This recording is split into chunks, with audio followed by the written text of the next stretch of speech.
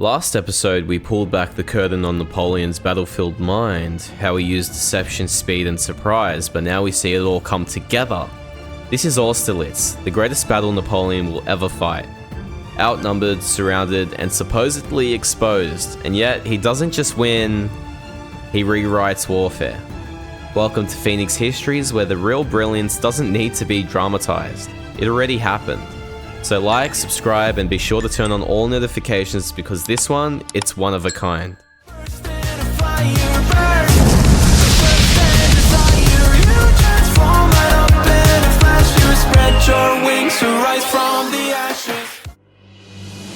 Napoleon had overreached. That's what the Allied commanders said. That's what it looked like. He'd crowned himself emperor just a year earlier in December 1804. Now, a year later, on the same anniversary, two enemies are closing in. He's outnumbered, he's exhausted, his right flank seems exposed, and worst of all, he had abandoned the high ground, the Pratzen Heights, which is central to the battlefield. He must be panicking. He's retreating. We have him, they thought. Everything pointed to one conclusion. Napoleon Bonaparte was about to lose everything.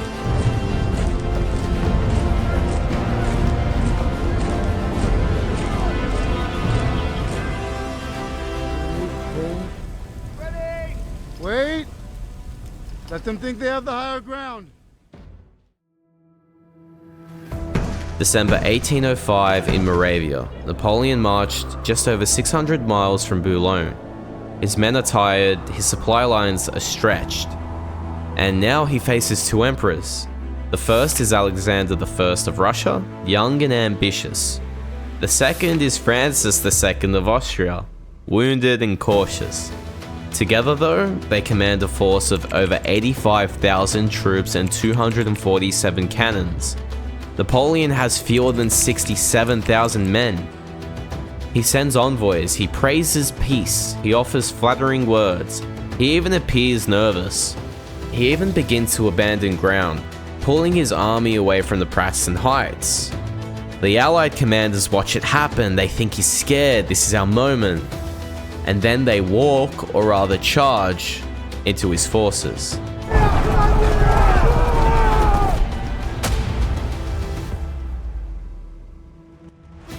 In reality, Napoleon isn't retreating, he's shaping the battlefield. He knows the Allies will think his exposed right flank is a weakness, so he exaggerates it.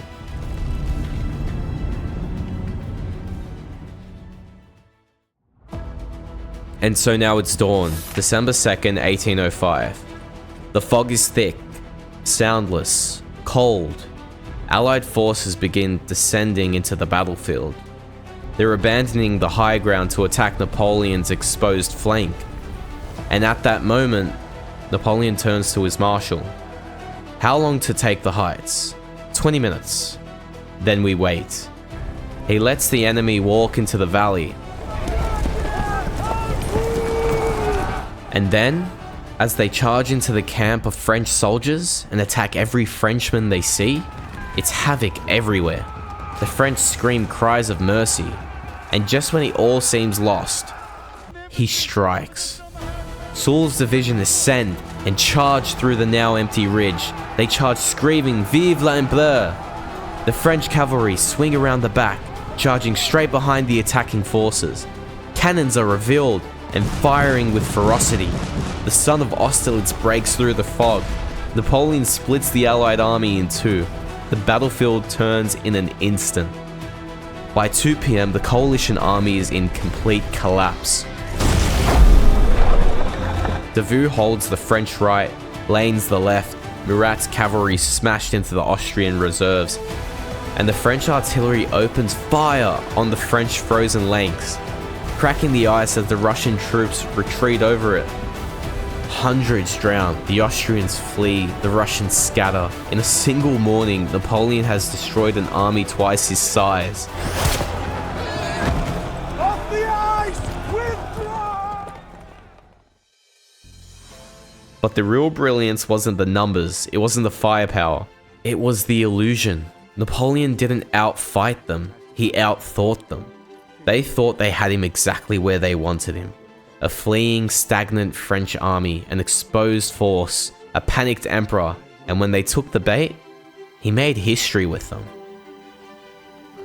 It wasn't just his greatest victory, it was proof that Napoleon wasn't a man, he was a mastermind. But for all his genius on the battlefield, his heart was still tethered to one person, far away.